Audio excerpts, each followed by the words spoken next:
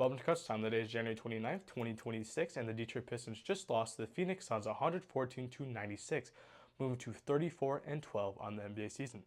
The Pistons get dominated by the Devin Booker-less Suns. They lost because they allowed Dillon Brooks to score a career high of 40 points. And the biggest reason he was allowed to score 40 points is because they didn't put their best defender, Asar Thompson, on him. And instead, Tobias Harris was out on the whole night, or most of the night. And that's why Dillon Brooks got a pretty easy 40 bomb. There was very, very little to like. Cade Cunningham had 26 points, 7 assists, 3 steals. But he shot 8 from 28, 8 for 22 from the field, 2 for 9 from 3. Not going to win with that shooting splits. I mean, he was fine. The starters were fine. But Cade's got to shoot a lot better. And he had a pretty poor fourth quarter when he was trying to force some shots out. But he was missing shots that he should have. Shots he should be easily making. He should have had 30-plus points tonight. But he doesn't. Jalen Duren was probably the best player tonight. Showed the most effort, at least. On both ends, 23 points, 13 rebounds. Hopefully he'll be named an all-star in a couple of days, but we will see. Tobias Harris, 13 points, 5 rebounds, 3 threes. Good three-point shooting tonight. Something that he definitely needs to be more consistent on.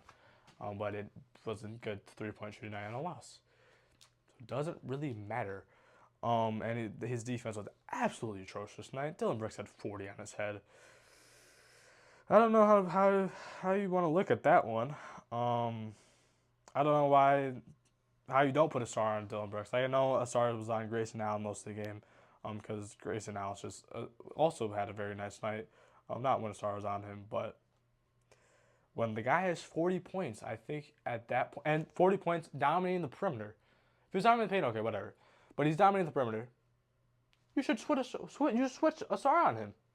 No reason not to. There's a lot to dislike tonight. The three-point shooting was atrocious, like it was last game on Tuesday against the Nuggets. We somehow won that Nuggets game. We shouldn't have won that Nuggets game. Cade shot 2 for 9 tonight. Duncan shot 1 for 6. That makes Duncan's last 2 games 1 for 14 from 3. When you were supposed to be the best three-point shooter on the team, it hurts when you can't make the three-pointer. Showed that tonight. Ron Holland shot 0 for 3. Again, Ron Holland really shouldn't be shooting three-pointers, especially when he doesn't make one of his first 2. That's just how Ron should be. Danish Jacobs goes 0 for 3 again. He should make at least 1. Javonte Green shot 0 for 2. I mean, no one could hit a three-pointer tonight. He made 6 total. 6. Just terrible. The three-point shotting issue needs to be addressed. The bench was completely atrocious tonight. 7 for 28 from field. That's 25%.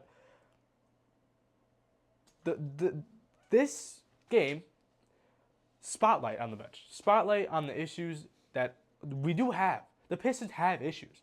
So what? The Pistons are the first team in the East.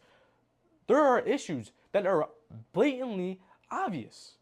The three-point shooting on this team is garbage. It is garbage. You don't have a true offensive piece off the bench right now. It was supposed to be Caris LeVert. Caris LeVert just hasn't been that good this season. So now, the only time the bench does good is when they get momentum. If they can never get momentum, the bench is letting up 15 points easily.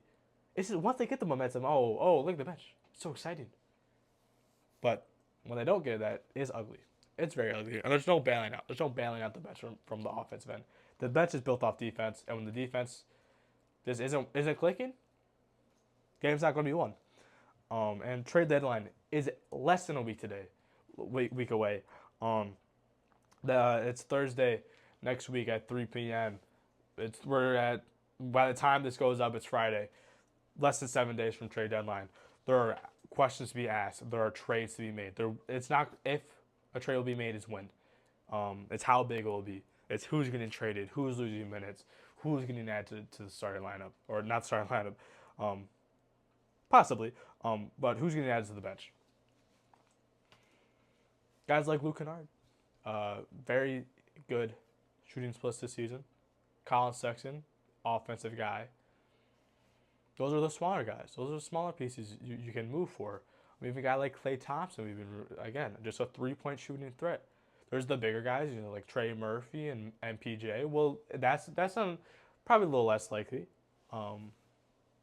because it just costs a bit more, not a bit more, a lot more. But just getting another shooter for at least the bench, an offensive weapon for the bench, would add so much more. They have the defense. The Pistons have the defense. I mean, we're the second best defensive team statistically in the whole league, only to the Thunder.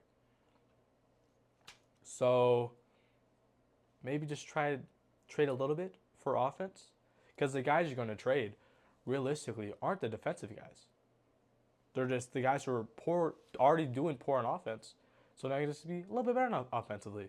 And again, spotlight on the bench today, because it was terrible. Jaden Ivey, I don't know.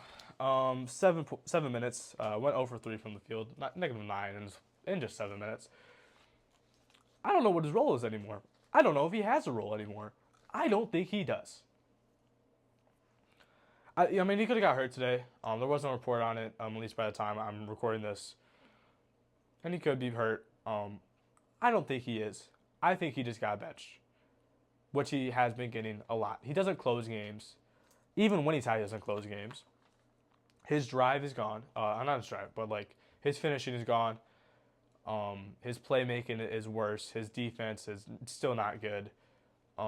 His 3-point shot has been better than it used to be. But that's it. That's the only thing he's better at. And yes, he's coming back from a broken, basically leg, just a big break in his leg. And yes, it takes a lot of time to recover. But you can do that on a rebuilding team. You can do that on a different team. I don't know what the Pistons' role is. It seems like JB's just lost hope in him. He's not playing him. He's not getting him minutes. It was an 18-point loss, and he's not in. That says a lot. If he wasn't hurt, that says a lot. Do I expect Jaden Ivey to be traded in the next week? Kind of. I would be surprised if he isn't at least close to being traded. If we don't hear some big rumors that he's about to be moved. And yes, they could just fall through, but Ivey's role on this team is almost run its course. And it's unfortunate. I mean, he had a very strong potential last season. Then the terrible injury caused by Cole Anthony happened, and he's not the player he used to be, and he's not the player people and fans expect him to be coming into the season. And I mean, he worked his way up. The role he started out was on the minutes restriction, and he just kept breaking it up, figuring out what is Ivey now. What is Ivey in the 25-26 season? We played enough games. He's played enough games. JB's figured that out. The coaching staff has figured that out, and obviously they don't like it, and obviously they don't really care about it anymore, because he plays 7 minutes. That's about like half the time he usually plays, and it's a blowout. So I don't know. His role's kind of done. It's unfortunate, but we'll see if he gets traded. Next game is tomorrow at 10 p.m. Nice little travel just from Phoenix to San Francisco, and then got a night game, 10 p.m. No video on that one, unfortunately, for you guys, not for me. I'm on the Michigan game. Go green. But there will be a video up for that one if you like college basketball. And hopefully the Pistons can win tomorrow and get that bounce back. Because if not, two games in a row losing won't be good, especially going to the trade deadline. And the fans will be in uproar. Whatever. Hopefully Pistons can win and get that bounce back. Thank you.